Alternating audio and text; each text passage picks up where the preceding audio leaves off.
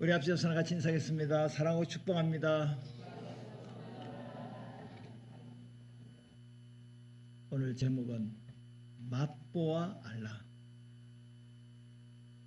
다들 식사하고 오셨죠? 점심때 하실 거죠? 어제는 하셨잖아요. 저녁에는 할 거잖아요. 어쨌든 안 먹고 살 수 없으니까. 어떤 사람은 공기도 맛있다 그러더라고요. 공기에 맛이 있습니까? 공기에 맛있다.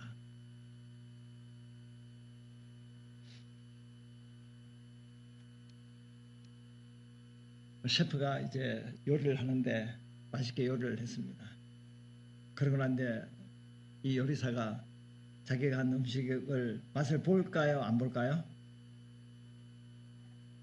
맛을 보지요. 예. 그리고 괜찮다, 맛이 괜찮다, 잘했다. 그러면 이제 손님들에게, 고객들에게 이 음식을 내놓겠죠. 우리가 음식의 맛을 알면 어떤 사람은 이제 맛집 투어, 맛집을 투어하는 사람이 있더라고요. 혹시 우리 가운데도 맛집 투어 하시는 분 계세요? 저는 뭐 음식 먹는데 별로 관심이 없는데 요즘에는 이제 조금 이제 관심이 좀 있습니다. 관심이 있어요. 관심 있다는 말을 하는 거는 밥 사주면 제가 먹겠다는 의미입니다. 예전에는 별로 관심이 없었는데 이제는 관심이 좀 있어요. 근데 어떤 분은 좀 이해가 안 되는 부분인데도 지금은 이해가 좀 됩니다. 맛집이 있다면 여기서 저 해남 땅끝 마을까지 간대요. 거기 맛있는 거 하면 전복죽이라는 예를 들어서 그냥 지어낸 거예요. 전복죽 있는지 잘 모르겠는데 하여간 예. 맛집 투어. 예. 왜 맛집 투어 할까요? 맛을 아니까. 맛을 아니까. 그러면 우리가 어떤 맛을 알아야 되느냐? 신앙생활하는 저와 여러분들은 너희는 여호와의 선하심을 맛보아 알지라. 우리 신앙생활하는 저와 여러분은 음식의 맛을 알아야 맛의 그 기쁨을 누리고 행복을 누리고 또 그 맛집을 찾아가는 것처럼 우리는 누구의 맛을 맛보아 알아야 되죠? 하나님의 선하심을 맛보아 알아야 돼요. 여러분 예배 드리는 맛이 있어요. 예배 드리는데 맛이 있어요? 기도하는 맛이 있어요? 말씀 듣는 맛이 있어요? 찬양하는 맛이 있어요? 전도하는 맛이 있어요? 봉사하는 맛이 있어요? 점점 소리가 줄어들기 시작합니다. 십자가를 지는 맛이 있어요? 핍박받을 때 받으면서 그 맛이 있어요? 근데 이 여호와의 선하심을 맛보아 알라는 말은 뭐냐면 신앙에 뭐가 있어야 된다고요? 체험이잖아요. 우리가 체험 신앙을 많이 이야기하잖아요. 어릴 때는 부모에 못 이겨서 끌려서 그냥 유치부부터 쭉 다니다가 이제 청년이 됐어요. 이제 그러다가 이제 대학 가고 이제 자취하고 그러면 이제 교회를 떠나게 되죠. 그러다가 이제 시련을 겪으면서 또 이제 주님 앞으로 돌아오게 되겠죠. 그러면서 이렇게 고백하죠. 어릴 때부터 모태신앙인데 그리고 교회를 계속 쭉 이렇게 청년 때까지 대학 들어갈 때까지 다녔는데 그러다가 방황하다가 이제 예수를 만났어요. 그때 만났다는 말은 뭐냐면 주님을 어떻게 만났다는 말이에요? 인격적으로 만났다는 거예요. 인격적으로 만났다는 것은 뭐냐면 지금까지는 종교인으로 교회에 마지못해 끌려서 뭐 예배 드리니까 예배 드리고 뭐 찬송하니까 찬송하고 그러다가 이제 인격적으로 만났다는 건 주님과 영적으로 스파크가 일어났다는 거예요. 그러니까 인격적으로 만났다는 말은 주님을 만난 경험을 갖게 됐다는 거예요. 오늘 시간에 이 자리에 나온 저와 여러분 모두는 주님을 인격적으로 만난 경험이 있으신 분들이죠. 기도 중에 있습니까? 아직 못 만났습니까? 그러니까 체험신앙이 굉장히 중요해요. 체험신앙이. 그러니까 주일학교 아이들도요, 초코파이 준다, 뭐, 요즘엔 초코파이 뭐 말도 안 통하니 피자 준다, 뭐, 하여튼에 뭐 대단한 거 준다 해도 요즘엔 하도 먹고 살기 좋은 시대이기 때문에 웬만큼 뭐 물건 가지고 뭘 음식 준다고 해서 잘 오지는 않습니다만은 한두 번 올 수 있지요. 그런데 아이들이 간식 준다, 뭐 선물 준다, 어쩌고저쩌고 해가지고 올 수는 있지요. 친구 따라 올 수도 있고. 그런데 교회에 와서 예수님 믿는 맛을 딱 느끼는 그 순간에요, 그 아이가요, 주의를 지키고요, 그 아이가 성경을 읽게 되고요, 그 아이가 말씀을 듣게 돼요. 교회에 못 나가게도요, 어떤 수단과 방법을 통해서 교회에 나오게 돼요. 휴가 가야지요. 그런데 교회 예배 드리고 가겠다고 아이가 아우성을 쳐요. 왜? 교회에 나와서 말씀의 맛을 알고 예배의 맛을 알고 찬양의 맛을 알게 되었기 때문이에요. 그래서 우리가 신앙생활을 제대로 하지 못하는 것은 왜 그럴까? 신앙생활하는 믿음의 맛을 보지 못했기 때문이에요. 우리가 그러잖아요. 한 맛볼래? 이러잖아요. 한 맛볼래? 오늘 같이 우리가 말씀을 통하여 맛을 보는 시간이 되기를 바랍니다. 이렇게 신앙의 맛을, 하나님의 선하심을 맛본 사람은 뭘 하게 된다고요? 주님을 찬양하게 돼요. 찬양하며 살리라. 찬양이라는 것은 다른 게 아니에요. 노래한다. 물론 노래하면 살리라. 맞아요. 그런데 이 찬양하며 살리라는 말은 주님을 높이며 살리라. 주님을 인정하며 살리라. 따라합시다. 주님 없이는 난 못 살아요. 그것이 주님을 찬양하는 거예요. 아, 나 주님 없이도 살아요. 나 돈 가지고 살아요. 나 건강하고 나 뭐 세상 쾌락이 있으면 살아요. 막 주님 꼭 필요한 건 아니에요. 내가 어렵고 힘들고 그럴 때 주님이 짠하고 나타나서 내 필요를 공부하고 채우시고, 내가 넉넉하고 여유가 있고 그러면 나 주님 없이도 살아요. 내가 살만할 때는 주님 필요 없어요. 내가 힘들고 어려울 때만 주님 필요한 거죠. 그러면 주님을 찬양하며 사는 게 아니죠. 다윗은 자신만 찬양하는 게 아니에요. 주님을 맛보고 알았기 때문에, 야, 너무 맛있더라. 너무 맛있더라. 여러분, 맛집을 투어해서, 그리고, 어떤 음식집에 가서 음식을 먹으면 너무 맛있다. 그러면, 야, 아무도 말하면 안 돼. 아무에게도 말하지 마. 나만 갈 거야. 나만 갈 거야. 여기에, 그 산에 가면 뭐 도둑도 있고 뭐 많이 있잖아요. 산 자체가 이제 뭐 사실은 돈이에요. 돈. 예. 근데 그 비밀로 이제 딱 해놓고 이제 내가 빨리 가서 이제 뭐 도둑을 캐는 거예요. 뜯는 거예요. 하여간 예, 자기만이 아는 비밀 장소가 있어요. 아무도 안 가르쳐요. 그런데 음식의 맛을 알게 되면요, 우리가 다른 사람을 소개하잖아요. 가족끼리 같이 가잖아요. 야, 거기 가보자. 정말 맛있다. 거기 가자. 그러잖아요. 다윗도 마찬가지였어요. 오늘 1절에 보면 내가 여호와를 항상 송축하며 내 입술로 항상 주를 찬양하리다. 내 영혼이 여호와를 자랑하리니 공관자들 이를 듣고 기뻐하리로다. 자신만 주님을 찬양하는 게 아니에요. 예? 또 항상 자신만 찬양하는 게 아니고 3절이 또 중요하죠. 나와 함께 여호와를 광대하시다며 함께 그의 이름을 높이세. 다윗은 자신이 여호와의 선하심을 맛보아 알기 때문에 자신은 주님을 찬양하는 것은 당연한 것이고, 그리고 자신만 아니라 모든 사람들이 다 주님을 찬양하기를 원하는 거예요. 모든 사람 속에 누가 포함되는 거죠? 오늘 여기 모인 저와 여러분들이 여기에 포함된다는 사실이에요. 그러면 다윗은 주님의 선하심을 어떤 사건을 통하여 맛보아 알았는가?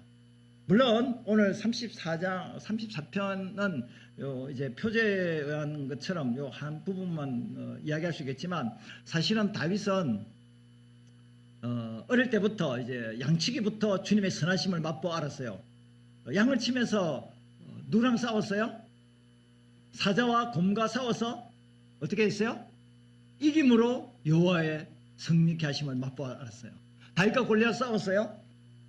다윗을 쓰러뜨리고 다윗은 골리앗을 쓰러뜨리고 다윗이 이겼어요. 하나님의 능력을 맛보아 알았어요. 그의 다윗은 사울이 죽이려고 할 때 여러 차례 고비를 넘겼지만 그럼에도 불구하고 하나님이 자신과 함께하는 것을 맛보 알았어요. 그런데 오늘 표제에는 이렇게 말하고 있습니다. 그날에 다윗이 사울을 두려하여 일어나 도망하여 가드왕 블레셋의 가드왕 아기스에게로 가니 그들 앞에서 그의 행동을 변하여 어떻게 했다고요? 미친 체하고 대문짝에 그적거리며 침을 수염에 흘리며. 사울왕에게 이제 다윗이 쫓겨다니면서 결국은 이제 블레셋의 5대 도시 중에 가드라는 도시에까지 도망을 갔는데 거기에 가드왕 도시의 그 왕이 아기스였습니다. 근데 아기스 왕이 피했는데 그 부하들이 다윗을 알아봤어요. 아, 저 다윗이라는 사람이구나. 저 골리앗을 죽였는데 자신 신분이 발각이 됐습니다. 바로 그때 다윗은 그 위기를 모면하기 위해서 어떻게 했다고요? 미친 채 했어요. 연기를 한 거예요. 여러분, 지금 다윗은 이 아기스에게 자신이 그 골리앗을 죽인 사람이라고 만약에 발각이 되면, 드러나게 되면 어떻게 돼요? 처형당합니다. 지금 사느냐 중에 생사의 갈림길 속에서 얼마나 위급한 그런 상황을 맞이했습니까? 그래서 미친 척하면서 그 위기를 탈출하는 장면이거든요. 근데 그가 이렇게 이야기를 하지요. 그가 기도응답을 받은 걸 이야기하는데요. 이렇게 이제 그 어려운 상황 속에서 그가 이렇게 기도를 했지요. 4절에 내가 여호와께 간구하며 내게 응답하시고 내 모든 두려움에서 나를 건지셨도다. 그들이 주를 앙망하고 광채를 내었으니 그들의 얼굴은 부끄럽지 아니하리로다. 6절 같이 한번 읽겠습니다. 이 공고한 자가 부르짖음에 여호와께서 들으시고 그의 모든 환난에서 구원하셨도다. 다윗은 절체절명의 위기 속에서 내가 죽느냐 사느냐 그 절박한 그 상황 속에서 기도했다는 거예요. 그런데 하나님이 물론 본인이 최선을 다해서 미친 척하는 연기를 했지만 그럼에도 불구하고 기도를 통하여 하나님이 응답해 주셔서 그 위기에서 탈출할 수 있도록 도와주셨다는 거예요. 기도 응답하신 하나님을 찬양한다는 거예요. 오늘 이 시간에 나온 저와 여러분들은 기도를 통하여 응답받은 적이 많이지요. 없습니까?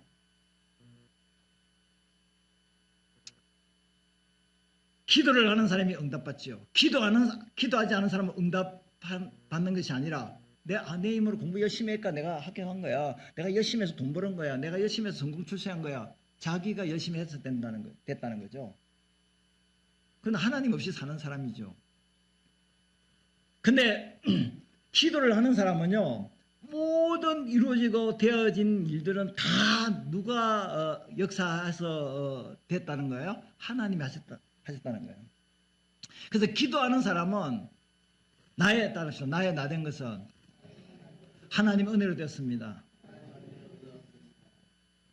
기도하는 사람이 응답을 받을 수가 있는 거예요. 기도하지 않으면 응답이 없어요.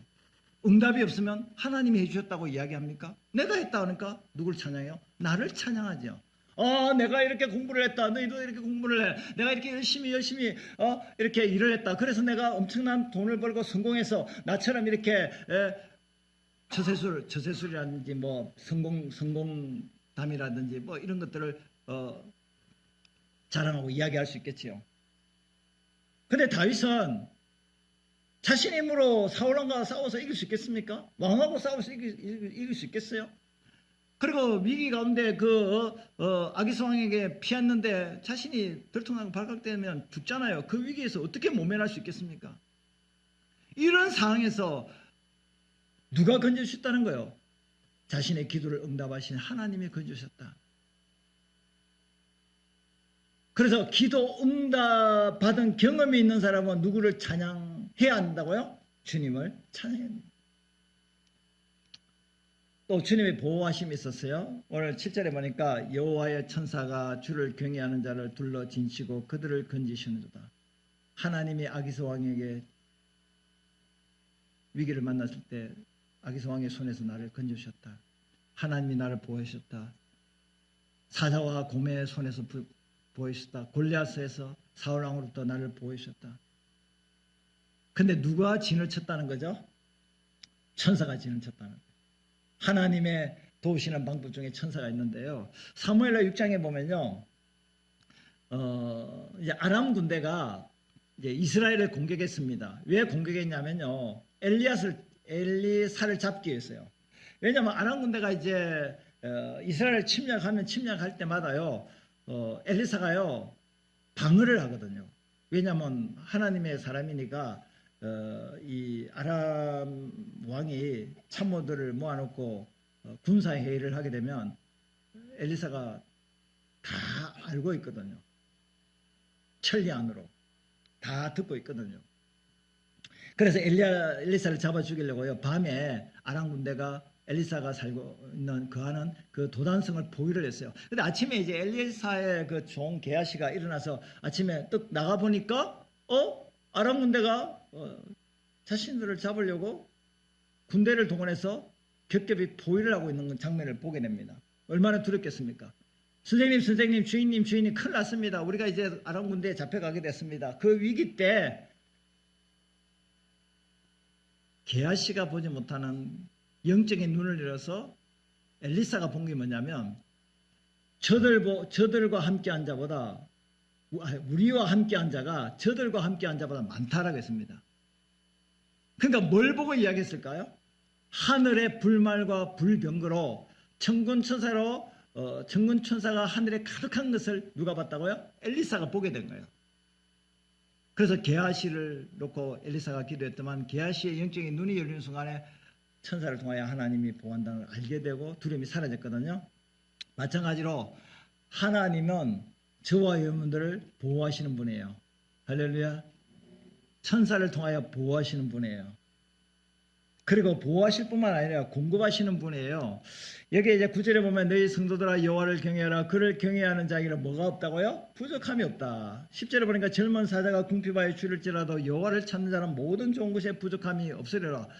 부족함이 없다고 9절에 얘기했지만 좀 더 구체적으로 모든 좋은 것에 부족함이 없다고 말하는데 여기에 10절에 누구랑 비유하면 젊은 사자가 궁핍하여 줄일지라도 라고 이야기를 합니다. 여러분 사자가 굶어 죽는 법이 혹 있을 수는 있겠지요. 가뭄에 먹을 것이 없어서. 그러니까 어린 사자는 또 부모 떠나면 하얀이나 밥이 될 수도 있겠지요. 그런데 이 사자가 굶을 수도 있을지라도 하나님을 찾는 자는 모든 좋은 것에 뭐가 없다고요? 부족함이 없다. 이 말은 뭡니까? 하나님이 우리의 삶에 필요한 것들을 공급하시고 채우신다는 사실. 그래서 예수님께서도 이야기했잖아요. 무엇을 먹을 것인가, 무엇을 입을 것인가, 무엇을 마실 것인가 염려하지 마라. 너희는 먼저 그의 나라와 그의 의를 구하라. 오늘 걱정은 오늘 하고 내일 걱정하지 마라. 이렇게 말씀하고 있거든요. 왜? 하늘에 나는 새를 보라. 공중에 나는 새를 봐라. 들의 백합을 봐라. 하루 있다가 하루 없어지는 하루살이 같은 이 들풀 봐라. 누가 기르시냐? 하나님 기르시지 않느냐? 내가 너희들에게 필요한 걸 공급해 준다. 그렇게 말씀하셨잖아요. 저와 여러분들이 오늘 이 6개월 동안 올해 2025년도 6개월 동안 여기 사는 동안에요. 보이지 않은 하나님의 손길이 있었어요.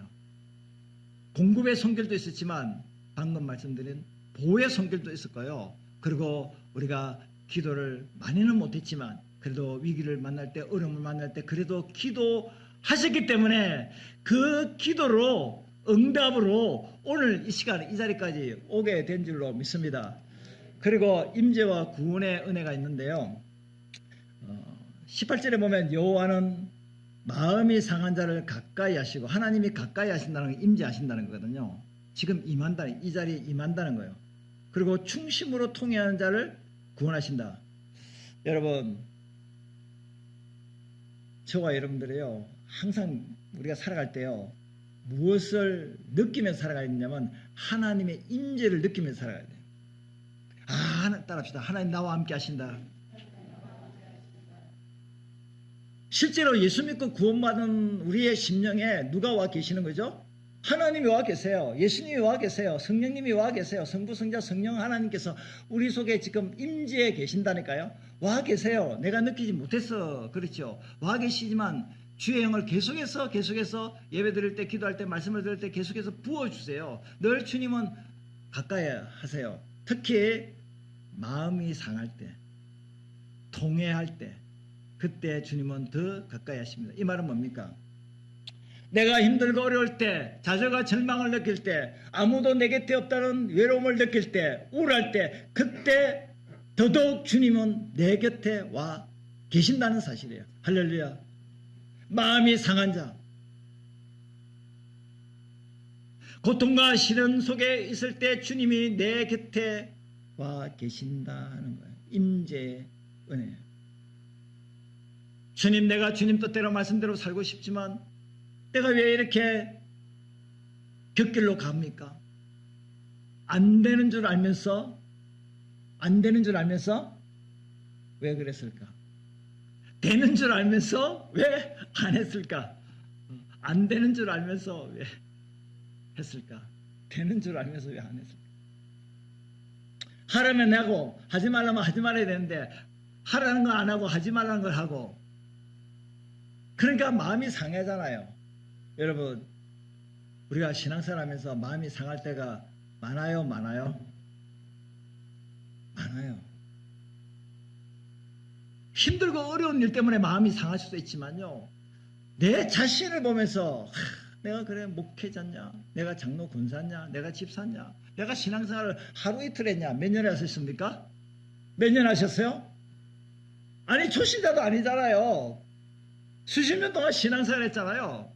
근데 주일 하나 제대로 못 지키고 술 담배도 못 끊고, 그리고 모임에 가지 말아야 될 믿지 않은 사람과 멍해를 같이 하지 말라는데 그냥 한두 잔 하는 거 끝나지 않고 너무 깊이 빠져서 이제는 누가 건져줘도 못 나와. 쉽게 말하면 하나님이 안 건져주면 안 돼. 이제 사람이 손 못 대. 자기도 안 돼. 그 본인이 알아. 마음이 상하잖아요. 이런 모습으로 내 교회에 더 이상 나갈 수가 없다. 나 집사 자격증이랄까? 집사 이거 좀 뗐으면 좋겠다. 계급장 뗐으면 좋겠다. 이거 좀 뗐으면 좋겠다. 반납. 저 그런 사람 한 번도 못 만났습니다. 저 장로 자격이 없는데 반납하겠습니다. 권사 자격이 없는데 반납하겠습니다. 집사 자격이 없는데 반납하겠습니다. 그 반납한다는 거는 그런 거죠. 어느 날 갑자기 교회를 안 나오시는 거예요. 전화를 안 받는 거죠. 그게 반납이겠죠. 이제 교회 안 나오겠다는 거예요. 근데 이와 같이 정말로 내가 정말로 신앙생활을 제대로 하고 싶고 바르게 하고 싶은데 이게 안 되는 거예요. 죄만 짓는 거예요. 마음이 상해서. 또 고난과 시련 때문에 마음대로 뜻대로 생각대로 안 돼서 상해요. 그러나 그러한 잘할지라도 누가 임한다고요? 주님이 그런 사람들에게 임해요. 마음이 상한 자에게 임해요. 왜? 주님이 마음을 회복시키기 위해서. 오늘 이 시간에 그런 상태에 있습니까? 주님을 떠나려고 하지 마세요. 아니 몸이 아프면 의사를 찾아가듯이 우리의 심신의 고통과 영혼의 고통과 어려움을 겪게 되면 누구에게 나와야 됩니까? 주님께 나와요. 왜? 주님은 마음이 상한 자, 통회하는 자를 멀리하지 않고 가까이 하신다고 말씀하셨잖아요. 예? 상하고 지킨 신명들 오면 우리 주님이 그 사람에게 임하신다니까요. 그래서 우리가 이렇게 기도해야 돼요. 주님, 내 마음이 상했습니다. 너무 힘듭니다. 어렵습니다. 너무 어려워요. 나도 어떻게 할 수 없습니다. 불쌍히 여겨주세요. 라고 심령이 가난한 모습으로 나오면 천국 문이 열려서 그 심령 속에 천국이 임한다는 것은 주님의 임재가 있다는 거예요. 그래서 그래요. 여러분 지금 마음이 상해가지고 너무 힘들어요. 그런데 나와서 찬양하고 기도하다가 말씀 듣다가 갑자기 하늘문을 열리면서 주님의 임재가 임하는 그 순간에요. 거짓말같이요. 마음의 평안이 확 일어나면서요. 얼굴이 싹 펴지면서요. 찬양하며 살리라 이렇게 고백이 되는 거예요. 완전히 지옥 같은 인생이요. 갑자기 어느 날 한순간에요. 천국으로 마음이 바뀌어지기 시작한다니까요. 그때부터 내 마음이 천국으로 바뀌는 그때부터요. 일이 하나씩 풀려나가기 시작하고요. 그리고 내가 보는 관점이 달라지는 거예요. 가시밭길도 밭길로 보이기 시작하는 거예요. 물론 장미에도 가시가 있지만, 예, 어쨌든 간에 의인은 고난이 많으나 여호와께서 그의 모든 고난에서 어떻게 하신다고요? 건지시는다. 고난이 많아요. 의인에게 예수 믿고 구원받고 믿음으로 살려고 하면 고난이 많아요. 그렇지만 고난은 많지만 하나님께서 그 고난을 어떻게 해서 어떻게 하는 우리를 건지시는다. 고난을 묵상하지 마라. 고난을 바라보면서 불평만 못 망가지고 좌절하지 말라. 건지시는 주님을 봐라. 하나님이 임재하셔서 우리를 구원하신다는 겁니다. 그래서 그의 모든 뼈를 보호하시며 그 중에 하나도 꺾이지 않는다. 시편 23편 4절을 같이 한번 읽겠습니다. 내가 사방에 음침한 골짜기로 다닐지라도 해를 두려워하지 않을 것은 주께서 나와 함께 하심이라. 주의 지팡이와 막대기가 나를 안위하시나이다. 이 사람에게 이렇게 인사하겠습니다. 임마누엘.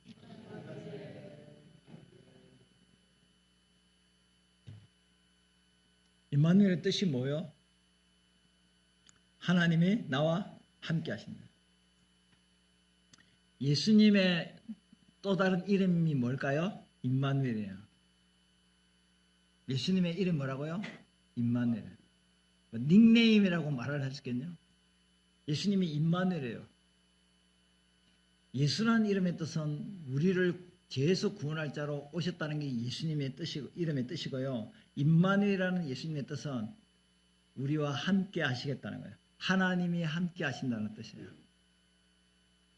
그러니까 이와 같이 주님이 임재 함께 하심으로 말미암아 구원을 우리가 받게 되는, 구원이라는 것은 죄에서 구원받는 것뿐만 아니라 우리 삶의 모든 상하고 찢긴 마음들이 회복되는 것도 구원이고, 그리고 재산 받는 것도 구원이고, 고난과 고통과 어려움 가운데서도 문제가 해결되는 것도 구원이에요. 할렐루야.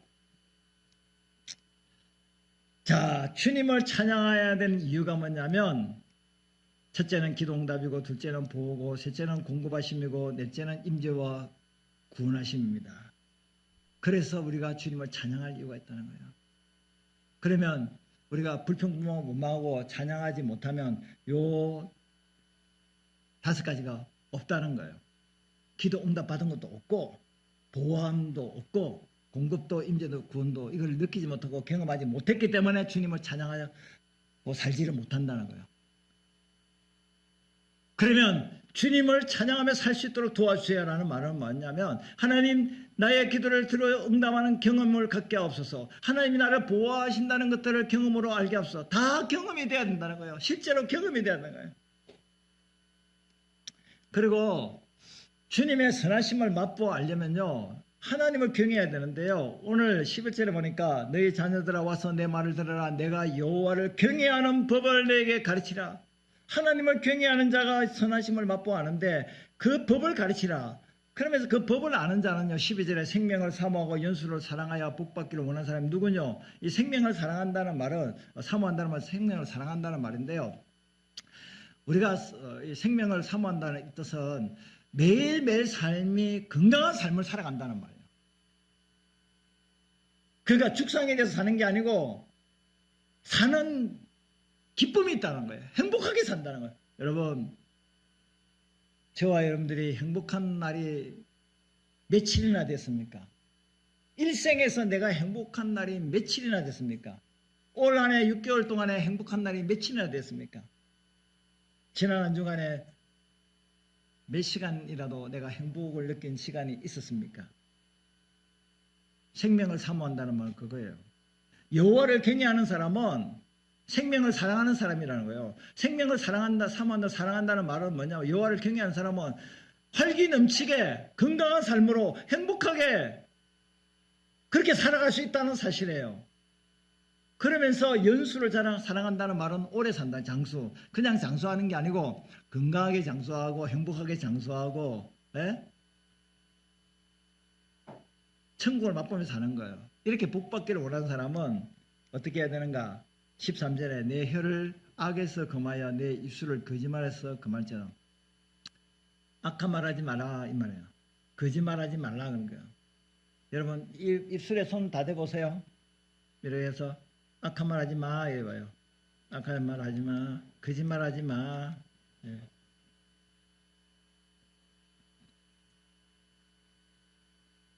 악한 말하고 거짓말하면, 악한 말 거짓말이 뭡니까? 남을 해치는 거잖아요. 폭력적인 말을 하는 거잖아요. 그런 말 하는 사람은 여호와를 경외하지 않는 사람이에요.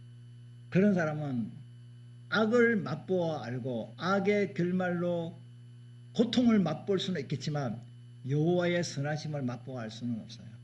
그리고 또 14절에 보니까 여호와를 경외하는 사람은 악을 버린다고 했어요. 그리고 선을 행한다요. 화평을 찾고 따른대요. 여기에 14절에는요. 13절은 이제 우리가 항상 은혜로 득수로 말을 해야 되고 이제 거짓말하거나 악한 말을 하지 말아야 되는 거고 14절은 다 명령형으로 됐어요. 악을 버려라 이렇게 선을 행하라 화평을 찾으라 화평을 따르라 이렇게 네 가지 명령으로 되어 있어요. 그 때문에 악을 버리는 것은 명령이니까 악을 행하면 하는 사람은 여호와를 경외하는 사람이 아니라 경외라는 뜻은 두려워한다는 거거든요. 하나님을 두려워하는데 어떻게 악을 행할 수 있어요? 죄를 범할 수 있습니까? 못하잖아요. 하나님은 불꽃 같은 거 다 보고 계시는데 하나님 없이 하나님을 벗어나서 숨어서 일을 할 수 없다는 거 다 보고 계세요. 그러니까 악을 버려야 돼요. 선을 행하고 화평을 쫓아야 돼요. 그리고 또 주님의 선하심을 맛보아려면요. 하나님을 경외할 뿐만 아니라 하나님을 피난처로 삼아야 돼요. 오늘 성경 말씀 보면 8절에 보니까 너희는 여호와의 선하심을 맛보아알라. 그에게 피하는 자는 복이다. 그에게 피한다는 말은 누구에게 피한다는 말이에요? 주님께 피한다는 거예요. 주님께 피한다는 말은 뭐예요? 주님을 피난처로 삼는다는 거예요. 그 사람에게 복이 있다는 거예요. 여호와를 선하심을 맛보아하는 사람은 주님께 피해야 되는 거예요. 주님을 피난처로 삼아야 된다. 계속해서 보면요. 21절에 악이 악인을 죽인다. 의인을 미워하는 자는 반드시 벌받는다. 그러나 22절에 여호와께서 그의 종들의 영혼을 속량 구원하시나니 그에게 여호와께 피하는 자는 여호와를 피난처로 삼는 자는 악인처럼 다 벌을 받지 아니하리라. 그러니까 저와 여러분들이 주님의 선하심을 맛보아 알려면 하나님을 경외할 뿐만 아니라 어떻게 해야 된다고? 하나님을 피난처로 삼아야 돼요. 피난처가 뭐냐면 내가 어렵고 힘든 일을 만나게 될 때 피할 곳이 피난처예요. 쉽게 말하면 대피소예요. 방공호예요. 방공호. 왜냐하면 방공호에 대피해야지 폭탄에 또 여러 가지 문제의 그 보호를 받을 수 있잖아요. 근데 왜 방공호에 대피하냐면 방공호가 나를 지킨단 말이에요. 나를 보호해준단 말이에요. 방공호를 신뢰한다, 믿는다는 말이잖아요. 그러면 내가 삶 속에 시련을 당하고 고통을 당하고 어려움을 당하고 힘든 일을 하면 누구에게 피하느냐? 주님께 피하는 거예요. 주님께 피한다는 그분을 믿는다는 거예요. 그분을 의지한다는 거예요. 그분을 신뢰한다는 거예요. 그분이 내 문제를 해결해 준다는 거예요. 그렇게 주님을 피난처로 삼는 자가 주님의 선하심을 맛본다는 거예요. 그래서 야고보 4장 8절에 보면 하나님을 가까이 하라. 그리하면 너희를 어떻게 한다고요? 가까이 하시리라. 그래서 선하심을 맛보아 주님의 선하심을 맛보아 하려고 하면 주님과 친밀한 교제를 계속 나눠야 돼요. 기도로 교제를 나누고 말씀으로 교제를 나누고 예배로 교제를 나누고 주님과 가까이 하면 가까이 할수록 주님이 어떤 분이신가를 알게 되고 경험하고 체험을 하게 된다는 겁니다. 그래서 오늘 말씀의 결론은 우리는 주님의 선하심을 맛보아 알아야 합니다. 그래야 주님을 항상 찬양하게 될 것입니다. 맛보아 알려면 두 가지, 주님을 경외하고 주님을 피난처로 삼을 때 맛보아 알 수 있습니다. 이런 은혜가 있기를 간절히 축원합니다.